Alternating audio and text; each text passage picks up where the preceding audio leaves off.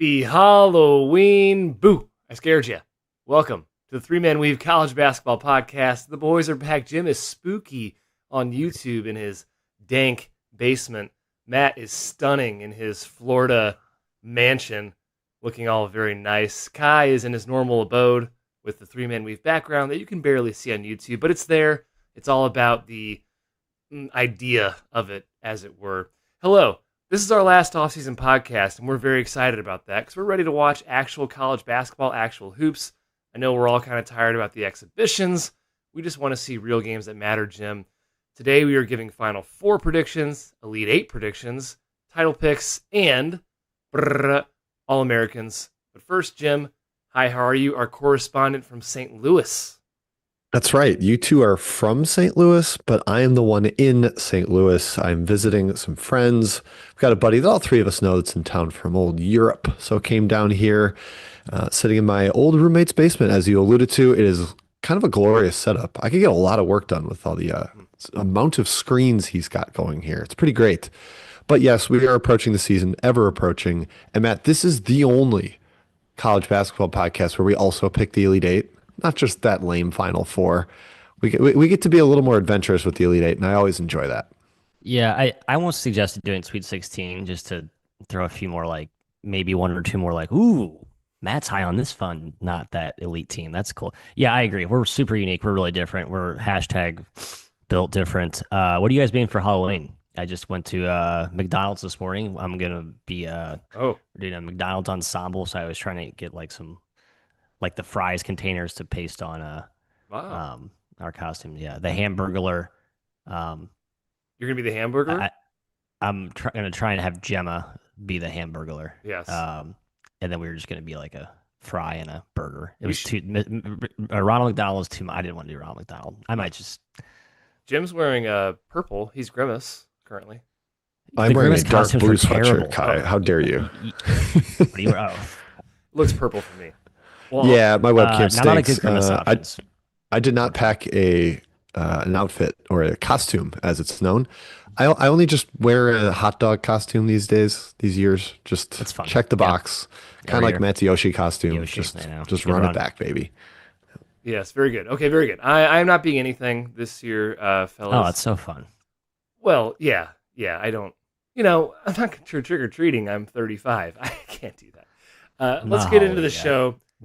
First, of course, follow us on Instagram and Twitter, 3MW_CBB, iTunes, Spotify, Amazon, wherever you get your podcasts. Please do subscribe, and to our YouTube channel, currently live right now, 7 a.m. Central on a Friday. It's a usual cadence for us on the podcast. In the season, we will be coming to you live for a Best Bet show on Saturdays. I think that's usually at 10 a.m., fellas. I can't remember what we usually do. Around there. TBD on week one. Hate to spoil that early, but TBD on week one as Jim and I are traveling for a wedding up in Door County, so that might be a little bit difficult for us, but we will keep you apprised on that. Whose wedding?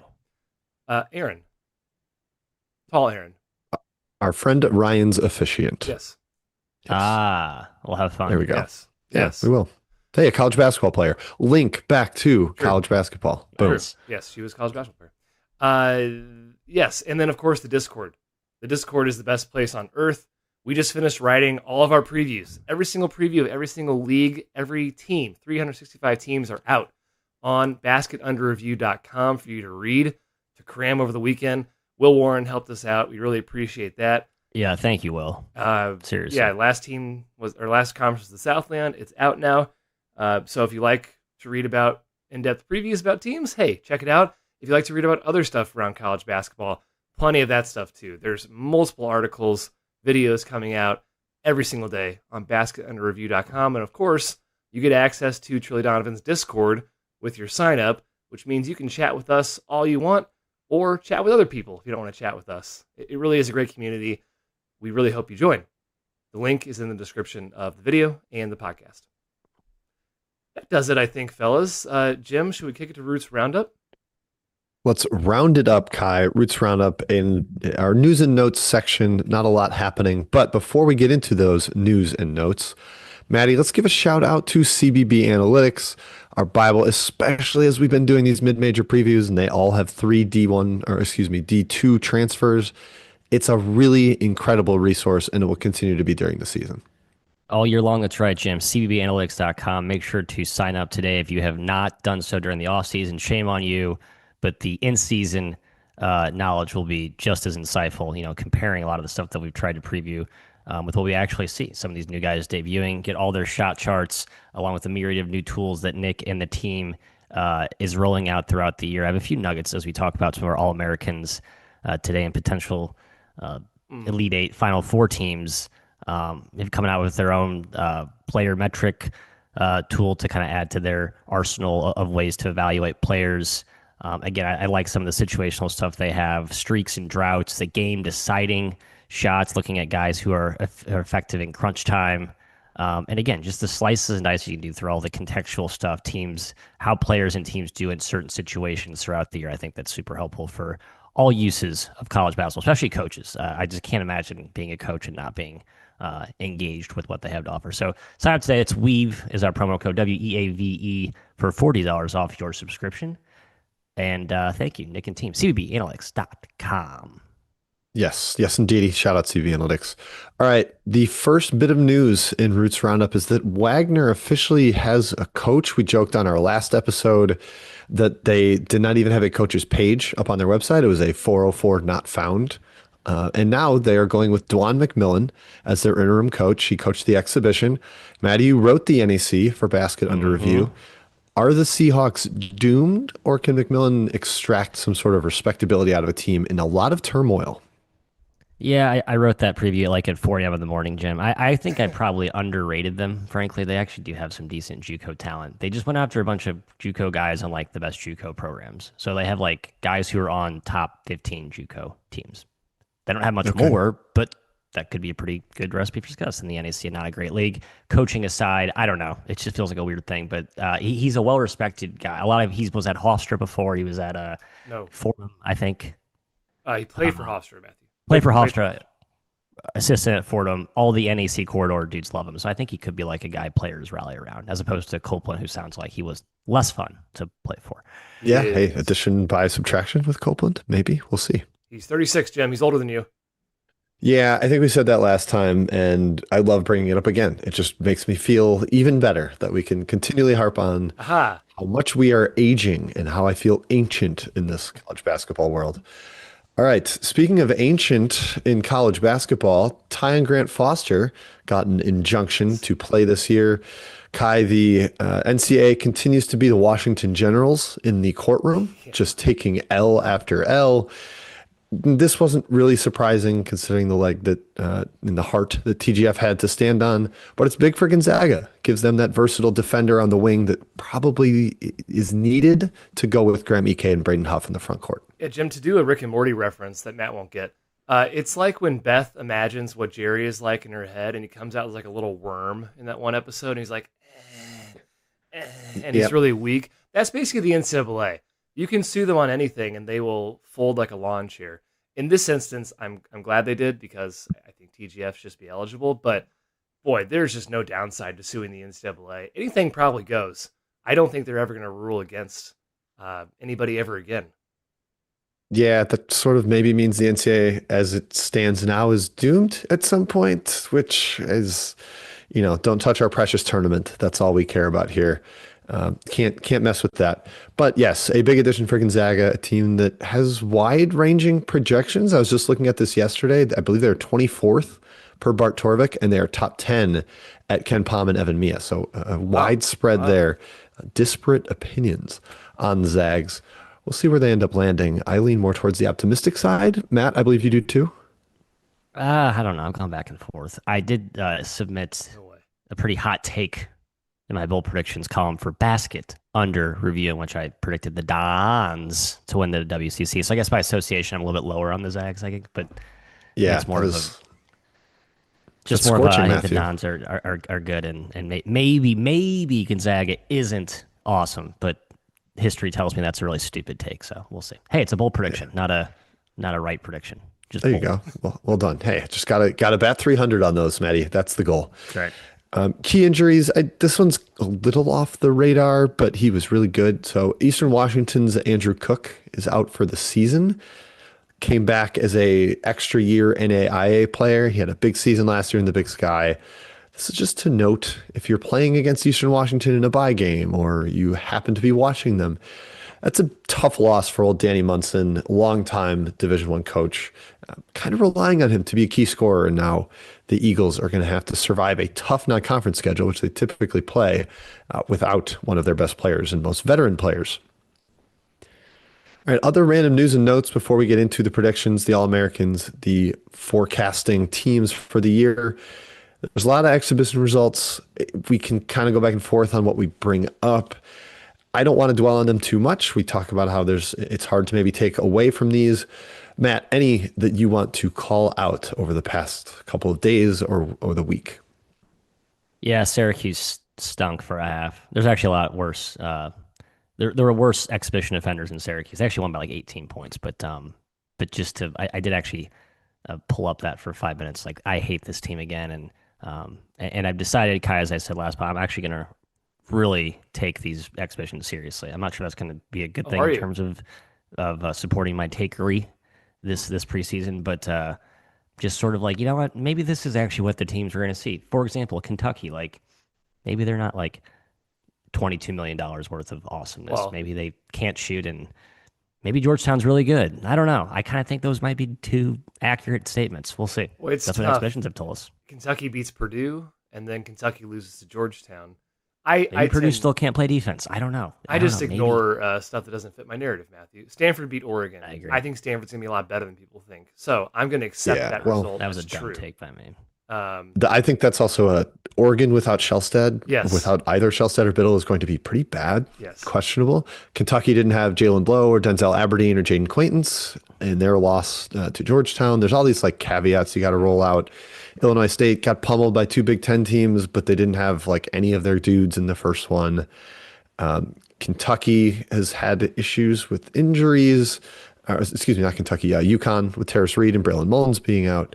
It's hard to figure it out. The one guy that you mentioned in the Discord this morning that I'm really starting to think about like taking some feedback on is Memphis has gotten piss pounded by Arkansas and Auburn, like just completely unceremoniously dismissed, taken out back, and executed. They've lost by like a combined 50 points. And I just didn't love the roster initially. And it's just a lot of Doug McDaniel and what else? So that's one I am starting to let influence my opinion on a team. At one point, they were down like 65-25 against Auburn. It was like a 40-point spread. And yes, I'm rethinking a little bit. Now, I don't want to overreact. Again, Maryland beat UMBC by 1. I'm trying not to overreact. They had guys out too, but the Memphis stuff, man, that's one I might pay attention to a little bit, just a little bit, or maybe just like not bet them for the first couple games. And if I want to maybe fade them, that sort of thing. Yeah, well, if you want opportunities to fade them, remember Penny puts together one of like the toughest non-conference schedules in the entire country every year. They play like half the SEC in non-conference to go with two SEC teams in the exhibition. It could get bleak fast there if, Matt, I'm sure it's just the loss of Nolan Smith on the staff, right? That's got to be what's going on. It's why Tennessee State's going to usurp the OVC. No, it's just a weird Memphis team this season. I don't know what to expect. They were competitive with Arkansas for like most of that game, and then I think they went on like a 24-2 run or something to close the game. But still, like it wasn't competitive. Arkansas might be good, by the way. As an aside. Yeah, Arkansas could be good. And maybe Auburn is not going to miss Bruce Pearl as much as they think. I don't know. It's hard to really lean into these. It's fun to see them. The results come through and dig into a box score and find out who started and all that stuff. But I think we're going to wait for the games on Monday to really lean into the results mattering. But that means we're like 4 days away, guys. So very excited about that. Kyle, we'll kick it back to you to guide us through our predictions segment. Yes, sir, Jim, I will. And we're going to start, fellas. Oh, let me timestamp here for the fellas. Okay, fantastic. We're going to start with All-Americans, if that's okay with you guys. I hope you're both ready. Matthew, I hope you're ready for your All-Americans. I've been reshuffling. Well, I realized I'm ready as heck. I was like, didn't I just get my All-Americans somewhere? I was like, oh, it's the Burp podcast with Eamon Britton. and I totally forgot what I said, and I was lazy and didn't listen back. So my All-Americans might be a little bit different than what I said on the podcast. Oh well, I can't be wrong if I have 30 All-Americans. Someone's going to get on there. So let's start this. Let's go around the horn here. Who wants to start? I'm the host. I'm going to decide here. You know what? I'll give my first team. I'll be brave. I'll step out into the wilderness, and I'll give my first team. So here it goes. My official first team All-American squad. JT Toppin is my player of the year for Texas Tech. Braden Smith, Mr. Assist, is on there as well. How about Yax Lindeborg from Michigan, fellas? And then 2 freshmen, Cam Boozer and DP Darren Peterson from Kansas. That's my first team. Jim, do you like that first team? Do you hate it? I like it, Kai, because I share 4 of the 5 players. I think that means we're both smart and it's not groupthink, and this is definitely going to happen. I share Mr. Braden Smith, the likely or coin flippy or maybe a little bit of an underdog to break the assist record all time. Bobby Hurley, he's coming for you. JT Toppin, I think definitely belongs on this list. He's going to be ridiculously productive down the stretch. When he was healthy, he was crazy productive for Texas Tech. Cam Boozer, I'm with you. Best freshman in the country, most productive freshman in the country. And I'm also joining you on the Yaxel Lindeborg hype train in Dusty May's system at Michigan. So the one difference is I do not have DP, Mr. Peterson. Instead, Matthew, I am riding the Jacoby Gillespie, first team All-American train. Yes. The Vols, I brought this up on our stats pod, but John Fendler did like a study of usage in exhibition games, and Gillespie was the highest used player he could find.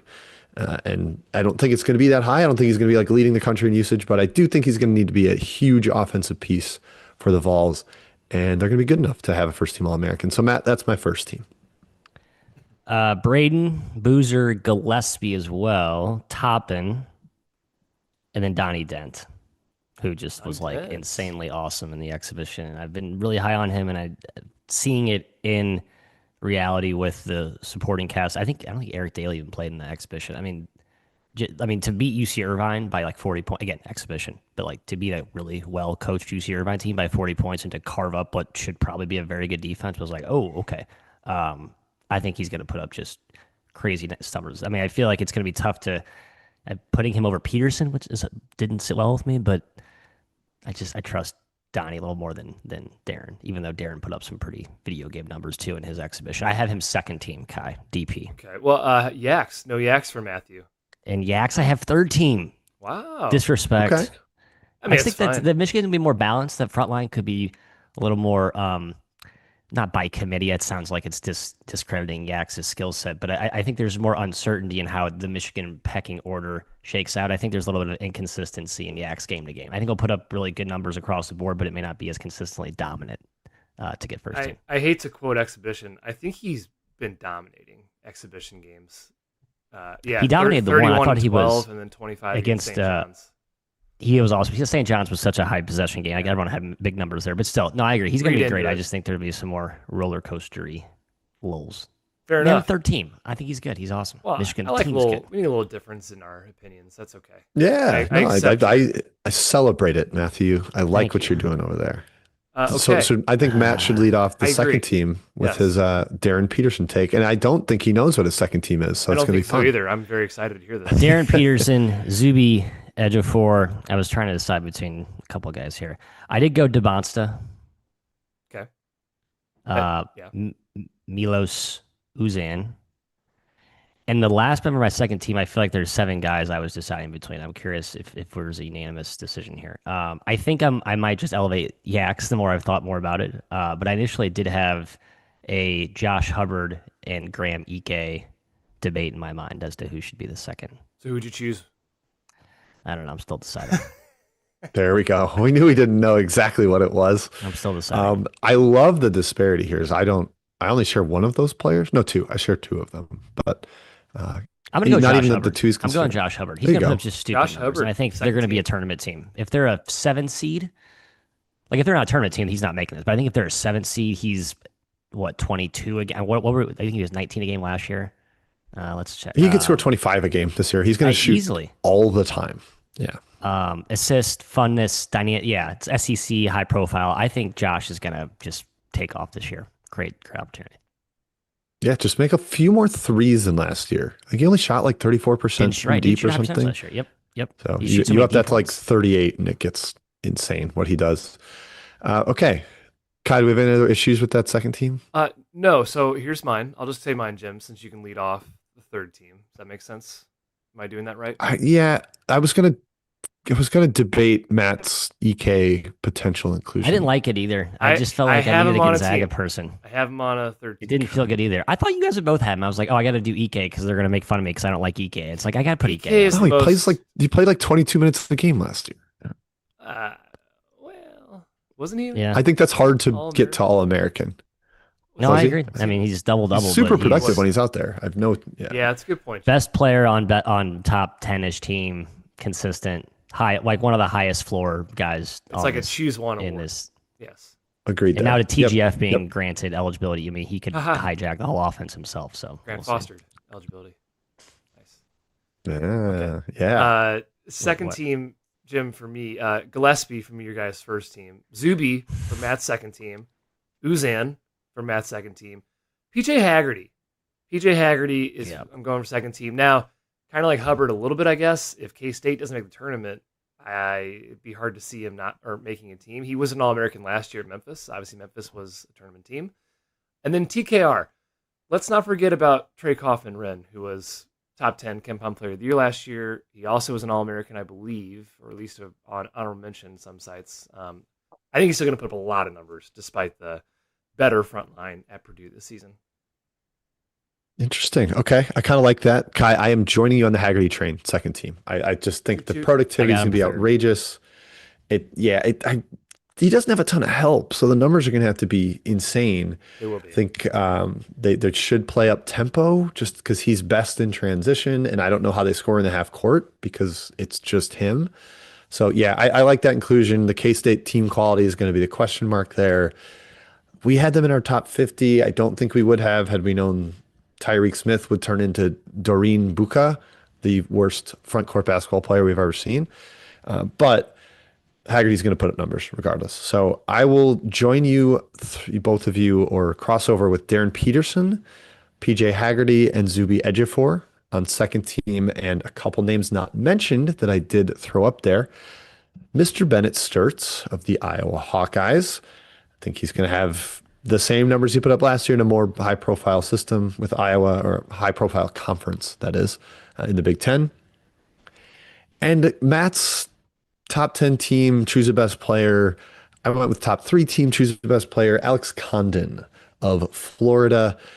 I think when he was healthy before the ankle last year, he was a total monster. He punked that Auburn front line, and then like late in the year down the tournament run, he was not himself. But I think he's going to have a huge, huge year playing. I don't know. It's just tough with that front court, how they balance the minutes. Yeah. So maybe it's a little aggressive to throw a Florida guy on second team, but I think Condon's rebounding and some of his playmaking is going to show up big time this year. I agree, Jim. I think he's going to put up really big numbers. I think Florida and UConn were the two teams that's like, I don't know who, but probably one. Yeah. Going to get on a top 10 team. Yeah. Okay, Jim, third team? Third team. All right, let's see if you guys have said any of my third team. Matt's Donovan Dent is the emissary of my third team from your guys. And then I have 4 players not named yet. So that's fun. How about that? Donovan Dent, LeBaron Phylan of Alabama, I think is going to kind of be video gaming numbers in that system, not leaving the floor, getting up and down, one of the fastest teams in the country. Emmanuel Sharp, I went with Sharp. Whoa, I love that. For a Houston choice. Yeah, how about that, Matthew? I think the usage is going to be way up there. He was a little banged up last season. Big time shooter.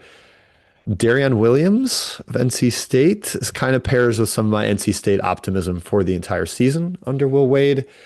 But we know what he is as a mismatch scorer, can take you in the post, play a little booty ball, can be a distributor. I think he's a pretty good defender. It's like Mountain West defensive freshman player or freshman of the year back when he was at Nevada. I still think he's got that in him with Will Wade at the helm. And then Tomi Ivasic of Illinois, I think is going to be like big time distributor, scorer, finisher, shooter in that system. Defensively, I don't know. He's going to be just a wall up at the rim kind of guy. But I wanted to get a little off the beaten path of these, Matthew, and those are the names I settled on. I love it. Oh sorry, so I had my Florida question mark, my Yukon question mark, as fringes. Like these are honorable mentions, but I had Sturts, and I also had Fyland slash Pettiford because I couldn't decide. I feel like I have to pick one of those guys because A, I confuse them all the time, and B, I know one of them is going to be really good. I actually chose Fyland just because I think he has higher usage and more opportunity with Auburn. So Sturts, Pettiford, Yax, who I'm disrespecting, Haggerty, Kai, and just to protect myself against Purdue slander, I did go TKR, but my heart tells Wow. me a better choice would be Ike, as I mentioned earlier. I had Josh Jefferson written down as well, who I love. I had Chad Baker Mazar written down, who I love, and I think will put up big, big numbers high as a terrorist of that offense until Rodney Rice comes back. Um, and then I wrote down the bookend pair of Shellstad and Biddle, but looks like Shellstad's injury, so Biddle might be the guy that sings. Yeah, so a lot of bigs in my Yeah. consideration set. I feel like guards were sort It's, of a little in bit more. general, I Yeah. think college basketball leans bigs most of the time. Yeah. Okay. How That's about Nick Martinelli, Kai? Did you consider him 21 points a game last year? I did not. Northwestern, I not did getting not, there. and I like Yeah. Martinelli. But no, I He think averaged 21 a game. I feel like don't realize that he like yes, was he legitimately massively with productive. Brooks Barnhizer on his team, who is starting Yeah. or playing minutes for the Yeah. Thunder. And yeah. When Barnhizer wasn't there, he shot like better percentage from the field, averaged 5 more points a He was game. Like awesome. if that's what he does this year, like he's going to be a monster. I made a fourth team because it's like a Matty Fence Rider move where I want to hand Yeah. out more trophies. That's right. So I'm going to just Uh, give. can I say my third team, Jim? Oh yeah, Oh yeah. yeah, Sorry, go I ahead. forgot you How hadn't done that dare yet. you? How dare I? Well, How Matt's dare I? Matt's basically said 6 teams, so we know his like for top I 25 have a few guys. more teams as well. But mine is nothing new from what's been said. Dent, Debansa, Graham Ike. I am throwing third team. Phylan and Alex Condon. I'm joining you, Jim, on the Condor train. I do think he's gonna do very well this year. Numbers wise, get the votes, All American. Apologies to Bennett Sturts. I don't like leaving him off a team, so that didn't sit well with me. But that's what I submitted to the outline. Write him a letter. Write a I letter will. to Iowa City and all their fans. Let them know how bad you feel about leaving him off. Dear Ben. Okay, fourth Dear team, Jim. Ben. You can say your fourth team if you'd like. Okay, I would love to. Yeah, Matt mentioned having Phylan over Tahad Pettiford. I think it's because Pettiford has to play with Keyshawn Hall, and Keyshawn Hall is going to shoot whenever he wants. But I do have Oh Pettiford on yeah, the that's fourth true. team. Shout out to Auburn fans. I have Otega Owe of Kentucky. Josh Jefferson, Matthew, your boy, from Iowa State. I think that's a nice pull, especially if Lipsy's hurt early. They got to play through him more. Kind of blossoms into their go-to guy. And then Trey Kaufman-Renn, I did throw here on my fourth team.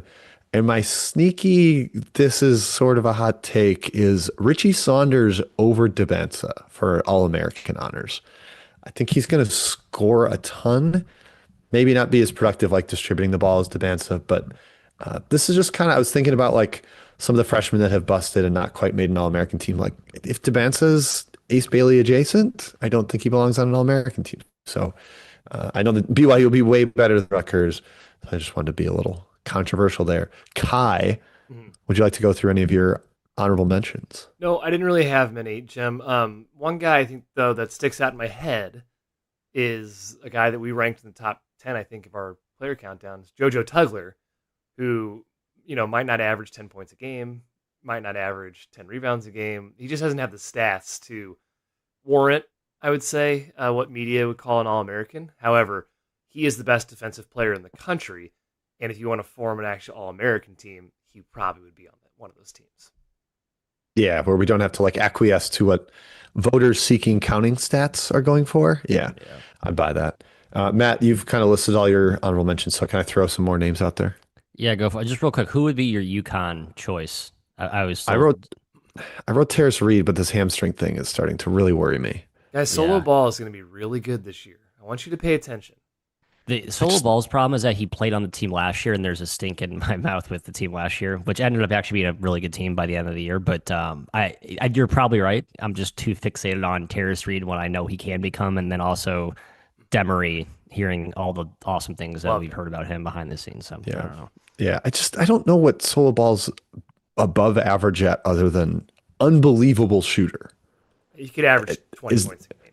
is that gonna be enough? Yes. If man, boy, I think they're gonna be so much more balanced than that, but I guess it's possible. No. Yeah, the Reed thing, if he's not gonna get big minutes because of the hamstring, maybe not. I did have trouble with what to do with UConn. So who else did you have there, Jim? I did write to Bansa. I wrote Nate Biddle, Graham Ike, Milos Uzan, Chad Baker Mazzara, as mentioned by these fellas. And then a little further off the radar, Robbie Avila, I think, is going to have a huge year for SLU. I think SLU is going to be awesome. Predicted them top 25 top 35 on the stats by Will and Jim show.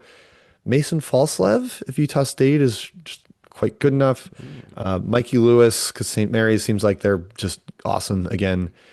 And I have to shout out my guy Hannes Steinbach at Washington. If he 24 and 16 in the exhibition, don't take away too much from exhibitions. It was UNLV. They had nobody. I just love his game, and I think he could be a surprise. Like, whoa, this guy in the Big Ten is averaging 17 and 10 every night. How do we ignore him? That's my shout to the big German Kai. I like it, Jim. Noted international hater Kai here. I'm in on Steinbach. I'm out on Abdallas at Virginia Tech. Oh, okay. Really? I like that. Yeah. How do you feel about the Virginia guys? Exhibitions. DeRitter seems like he's going to be pretty good. Okay. Yeah, he looks good. I have not paid Most of them have been over. From, I think I agree with what Armand said. Like, let's reassess in January. I'm not gonna have my firm assessments of any of these guys until January. But I'm not sure that's what he said. Okay, well that's how.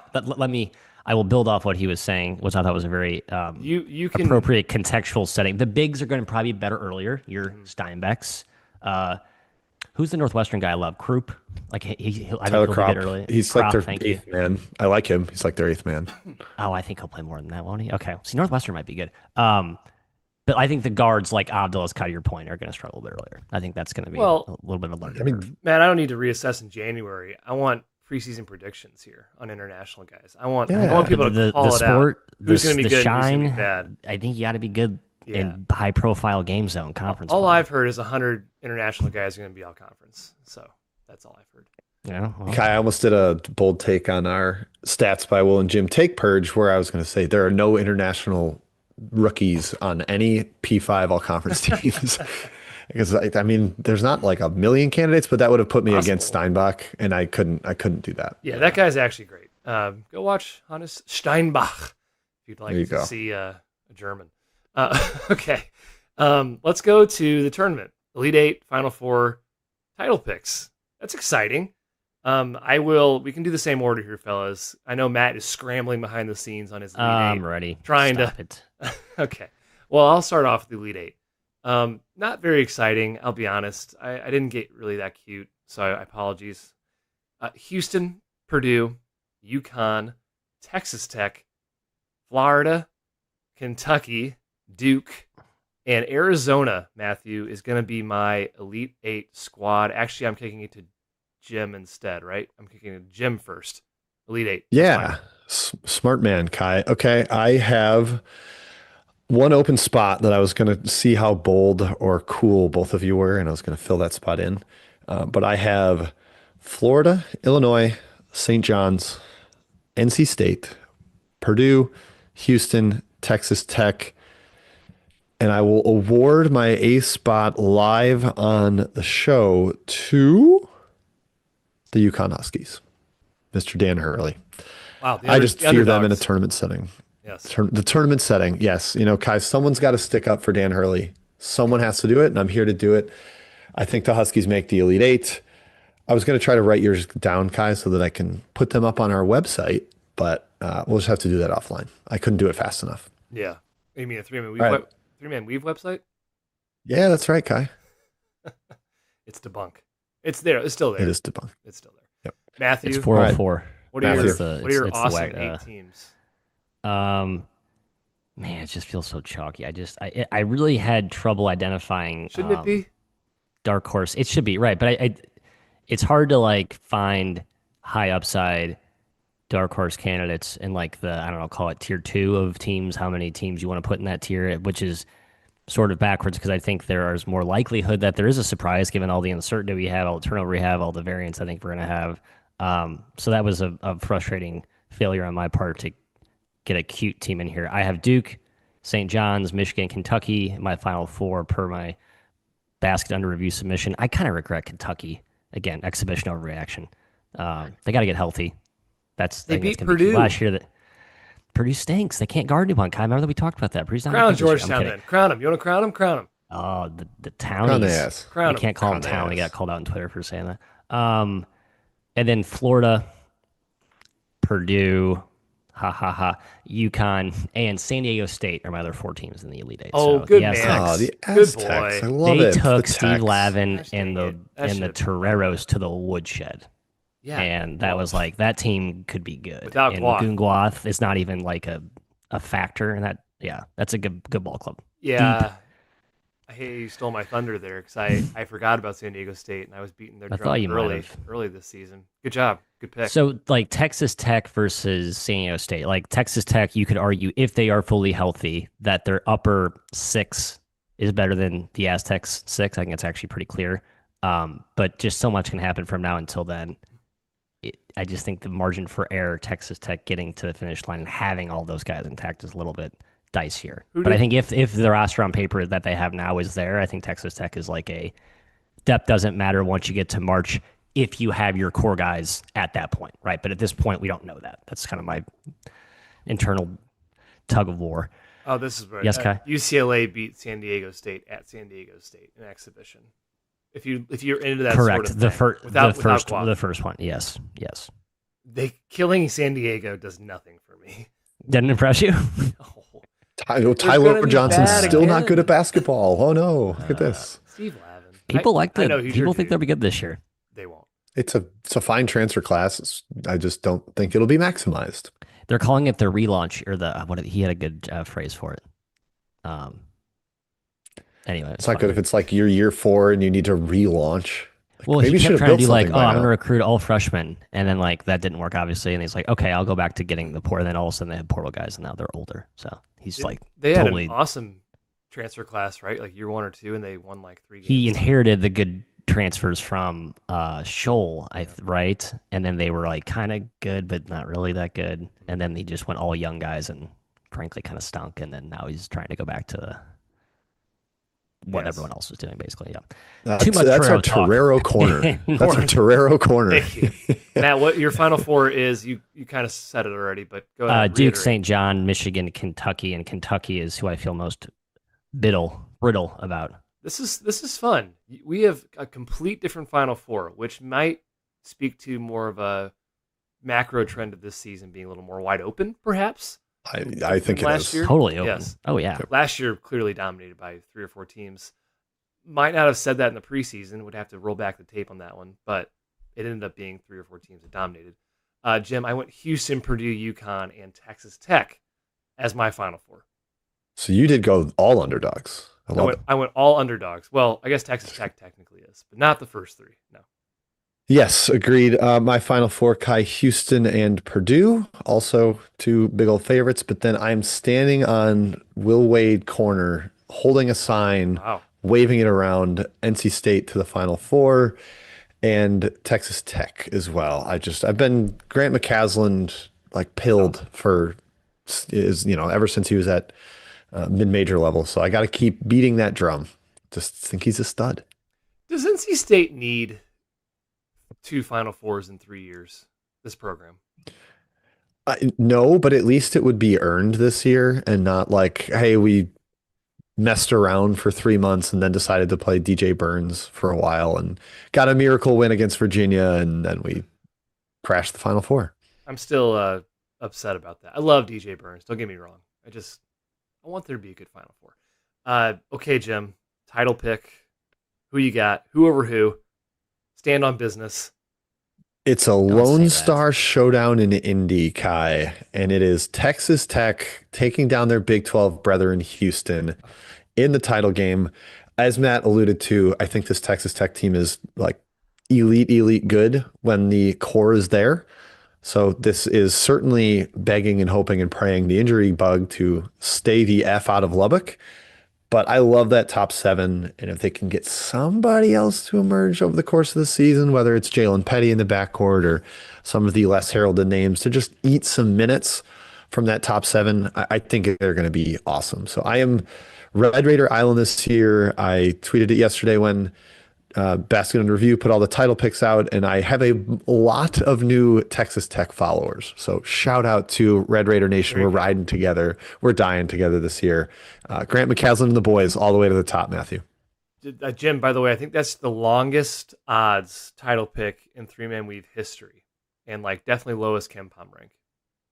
Yeah, so it's outside the top 10. Texas it's good Tech to be is bold. a team. They're one of the everyone, the qualitative media guys, and then maybe ball knowers, if you want to call us ball knowers, much higher on Texas Tech. Most of the models are not as high on Texas Tech. Kenham, Bartoric. It is interesting, Matthew, though. Right? Haslametrics. You gotta wonder like 20-ish. Why that is. I mean, is there maybe some like regret of I wish we'd have leaned into Florida more last year? Maybe a little bit, but also the sneaky part of that prediction is that Samson heartbreaking the title game again. Can Houston handle that? Yeah, that would be sad. Yep. Okay, Matthew. I have Duke beating Michigan. Oh, I feel like I pick Duke every year. Do I do that? I don't know. I mean, last year, did you pick them? I picked them last year. I'd say you're probably correct. I think that was a decent pick. They were the best team in the country. I think they're the best team, right? Yeah. For 39 and a half Duke. minutes, they were. I feel good about Duke. Okay. Well, I've picked Houston like 3 or 4 years in a row, and I'm going to do it again. So Houston takes down Purdue in a fantastic championship game. Yes. Kai, who is Houston's best 5 by the time that game rolls around? Well, Sharp and Uzan and Tugler. Let's go Tugler, yes, of course. And then I think Kingston Flemings has been starting over Harwell, but I'll say Harwell and I'll say Cenac, the 2 freshmen, will be there. Okay. Yeah. Sacco. I was like, I'm just letting Matt scream about Khalifa Sacco. I'm sure right Samson now. will start him. He's a Samson guy, it seems like. Absolutely. The low usage, know your role big man. We love it. Go chase offensive boards. Okay, well, fellas, we've finished our predictions here. Do we want to hit anything else before we hit reviews? It's a shorter show today, clearly, on our last offseason Kai, podcast. I would like to do a quick run through of at least the top 2 games on opening night because people are going to want to watch that, and we are not going to have a show or anything before then. So Florida, Arizona, being the top one. A track meet from Las Vegas. This is the first game. Villanova, BYU is the nightcap. Florida, how does the new backcourt look? Arizona, how do the kids look? Even though Braden Burries is 25, we know he's an older freshman. Matthew, track meet in Vegas, longer travel for the Gators. What are your thoughts on this contest? Just gut. We didn't even know we were going to discuss this, but I just want to hear what your gut tells you. Yeah, I just think Florida's. I think Florida has a new backcourt, and it's not last year's backcourt, but I just think the way they play with the continuity they have on the wing, and I think they're going to look more like a buttoned-up operation on night one, where we've generally seen, in my opinion, the first game of the year is always just like who the heck knows. I mean, I look back this there's just a lot of like head-scratching results from the first night of the year, and I think if the team more likely to not make dumb mistakes is the team that's, well, you're right, some older freshman Arizona, just the experience that Florida has. I know it's mostly wing and forward experience, but the guys they're bringing in are still experienced D1 dudes. Kind of a lame cookie cutter reason, but I just think Florida's going to be a little sharper. Yeah, I kind of I poo-poo the notion of older freshmen. It's like, okay, well, you're physically better equipped to handle the game, but you're still a freshman and you're playing college basketball for the first time against the national champs. I think you're going to see a more poised team in Florida. I think it's going to be a pretty good game. I'm not going to bet this game because I would make the line around where it is right now at 4. But I think Florida's experience, championship poise, the front court can take away what I think is Arizona's biggest strength, which is their front court. I think that's pretty important. I would lean towards the Gators winning this game.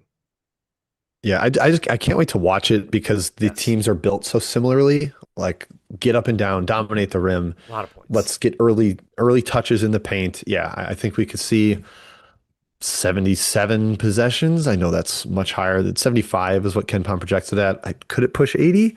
Maybe. I also want to see the fouling. That's been such a huge deal in the exhibitions. Like, are we going to have to deal with that as they try to play a high possession game? Are we going to get a billion free throws? I hope not, but I think it'll be a very aesthetically pleasing game. I will also ride the Florida train, but I think at 4, I would say it's close enough to a coin flip for me where Arizona we'll be right in it, and I would take the value on that. Total? All right, late night. Sorry, over? Total. Under? Over, baby. Okay. First to 90. That's my call there.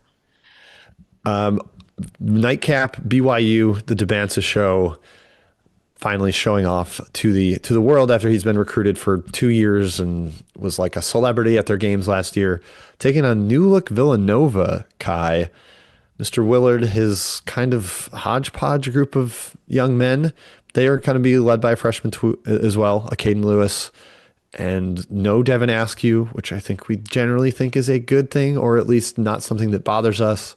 Can they hang with Rob Wright, Tabansa, Richie Saunders, and BYU heading all the way out west? I tend to think the answer is no. From a sheer talent perspective, this is a double-digit win for BYU. The market, if you're a betting person, has already shaded this game from KenPom. BYU is -5 at KenPom. They're 8 in the market, which I think is the better price. I just think the talent is vastly different here. Now, I like Kevin Willard, and I think he's going to come up with some good stuff in terms of mucking the game up and being scrappy and making this, or try to make it a war at least. And we know BYU's defense isn't fantastic, or we don't expect it to be this season, but I think the talent, the experience on BYU outside of Debansa is pretty significant with Richie Saunders and Baker et al. So I would lean towards BYU, Matthew, winning this game by doubles. Again, this is sort of I think I worry about Villanova's depth or lack thereof against BYU's very superior depth. Just like Kentucky, you have vaults of cash. You not only have stars, but you have depth in waves. And Nova's had a few injuries. I know they've played like 8 guys in their exhibitions. Like no team plays 8 guys. So Bryce Lindsey didn't play one of those games. I know Zion Sanford, 2 guys I like a lot on that team. I don't know what I'm getting Stanford. I don't know what I'm getting from either one of those dudes. I just feel like the rotations for both teams are going to be a crapshoot, but I trust a team with more depth and more talent. To win by doubles, I don't know if I go that far on night one. But I think BYU just has an upper hand, not just because of their talent, but I just think the depth that they have that Nova doesn't have is going to be a pretty clear. That'll show itself, I think, second half. Yeah, I think Willard's got to turn back the clock. Last year, Maryland played up tempo with the Crab Five. Even though they didn't have depth, they need to grind this out. You can't get into a running match against Debansa and the depth of BYU, but I do think they need to press to control the tempo, which Willard has been very good about. Elongate defensive possessions, maybe try to get some steals. Rob Wright is small and his first start in a BYU uniform. Tabansa, I think, can get a little erratic with his decision making. I think you try to squeeze out a couple extra possessions that way, slow the game down, see if BYU can win in a half-court slog. But I do think there's a chance Keba Keita is the difference, because I'm not a Duke Brennan Power 5 center believer, and Keita is just such a productive per-minute guy. I think you could punk Mr. Brennan in the inside. Defensive Player of the Year, I think, Jim, in the WAC last year. That's silly. He's just a ground bound, put his hands up I'm guy. okay with Duke. I'm fine with Duke. I just have question marks about they're going to be leaning heavily on 2 freshman guards, and these aren't top 10 freshman caliber guards. But I don't know. I did like what I saw from Lewis in spurts, and I liked what I saw from Christian Jeffrey. What's his name? Christian Jeffrey Kai. Chris Jeffrey. Chris Jeffrey. Yes. I think he's underrated. Brennan was all defense, not DPOY. Sorry. Still all defense. Okay. Blocking 0.4 shots a game. So the media didn't care. They saw him just bodying up, walling up inside, and they said, yep, all defense. You are the tallest guy on the best defense in the league. Does that not matter to us? Who did? Nova beat VCU by 20, and then should have beat Virginia the next. That's okay. No, I don't pay attention to stuff that doesn't support my narrative. Gotcha. How many times I tell you this? I'm sorry. VCU's not that good. Okay. Everyone got so high on VCU. Why do we all fall in love with the VCU talent? Because they're always good. I love that we can say that so confidently on October 31st. Yeah, I still think VCU is a top 3 A10 team now. I think they're still a top 3 A10 team. General sweeping things this year, fellas. Anything? We hope that fouls aren't crazy, because they've been the narrative for those of you who have not been paying attention. There's been a lot of fouls in exhibition games. There's been a lot of emphasis on calling certain things that we're worried about was going to make the game a little bit of a slog. So we're hoping that's not the case. It might be choppy for the first couple weeks, but as we go forward, I expect that to iron out, kind of like the block charge rule, kind of like the flopping stuff we saw a couple years ago. There's always some point of emphasis that kind of gets watered down as the season goes on. Let's hope it starts quickly. Our sport does a great job of like the Simpson gif where he walks in and turns like people that want to just check out college basketball in November and December, and like we do a great job being like, oh, this sport looks terrible, and then we hope that they come back in March. So that's what I was going to just implore them to, like, don't make opening night ugly with a bunch of fouling and have it be like, oh, we're just trying to ref this out of the game. The points of emphasis. Yes, you tried to do an stupid. exhibition. Like, It's starting the season with a bunch of like wonkiness and where the players don't know how to play with the way the refs are officiating, and they don't know how to officiate the points of emphasis. It's not a good way to start a season, not a good way to grab eyeballs, and football's still going on. So let's just let the boys play. That is two more things. Yeah, I agree. Props to the MAC and Sunbelt for doing the conference challenge on opening night. That's cool. At least we have some good games. Games that feel like they have not a ton of meaning, but some meaning. And then props to your Missouri Tigers going on the road to Howard. Love that. Very nervous. No power conference team. I know. It's as a fan, it's like, God damn it, why are we doing this, Dennis? But also, you should be like, that's really cool. And my head coach isn't a softy, BI, and actually will go on the road and play. I love that. Good for Dennis. I hope they win by 30 because he's got the brass balls to go do it. Howard's not that great this year, right? Like they're not like they're like. I don't think much so. Better the last couple of years. It's a good year to do it. But I love that he's doing it. That's awesome. I wish more teams did that. Nate Oates is kind of a pioneer in that. More coaches should do it. I'll keep saying it. So sick of hearing about the conference disparity in scheduling between powers and mids. It's just like all these MTEs are like, you have the pod with all the powers and you have the pod with all the mid majors. It's like we can't even like play in the same playground anymore. It's just so stupid. Yeah, it's ridiculous. I agree. Matt, I'm gonna add one more shout out to Field 68 for the marathon that starts today. You got a game at 7 a.m. Central, 10 a.m. Central. Yeah, Rob Jeff, knife shot. Queens Winthrop, Bradley, St. Bonaventure at 10 a.m. is awesome that game is happening. Murray State and Omaha. It's just, there's actual basketball during the day, and that's the way it should be on opening day. Overwhelm me with hoops. That's what we should be doing. Yeah, really excited to be at work on Monday while. Hey, well, you're fine. Most of the games are. It's not like it's like a Saturday slate, Kai. It's like a few games throughout the day, and then there's 50 that start at 6, and there's 50 that start at 7, and like 40 that start at 8. Okay, and so that's where it's just like, this is stupid. Yeah. Yeah. Okay. Great show. Let's do reviews. Reviews, fellas. Yeah. We have 2 this week. I know we didn't read them last week because they're longer pod. Okay. Here we go. Let me get the timestamp and. Fantastic podcasting. Really good podcasting by us. Okay. Jacoby My Valentine says, best pod ever. Hey guys, great pod. Oftentimes I'll watch multiple games at once utilizing the quad box. This is great to watch multiple games at once, but I feel like I end up half watching each of them as opposed to actually digesting the game. I'm debating just going back to watching one game at a time this season because of this. Is this something you also struggle with? Any advice you have for someone that isn't going to watch games the morning after? Jim, do you have advice?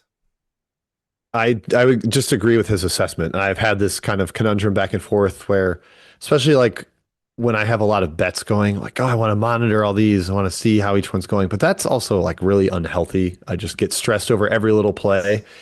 So I have been trying, especially last year, and I'm going to continue to doing so this year, having one game on, watch, learn something about the teams, and it's even more of a bonus if it's not a game I bet on, and I don't have to like get worked up about a result. So just find like the best game that I don't have a wager on and learn something. Like watch what they're doing defensively, watch what they're trying to do offensively, who are they trying to get touches to where.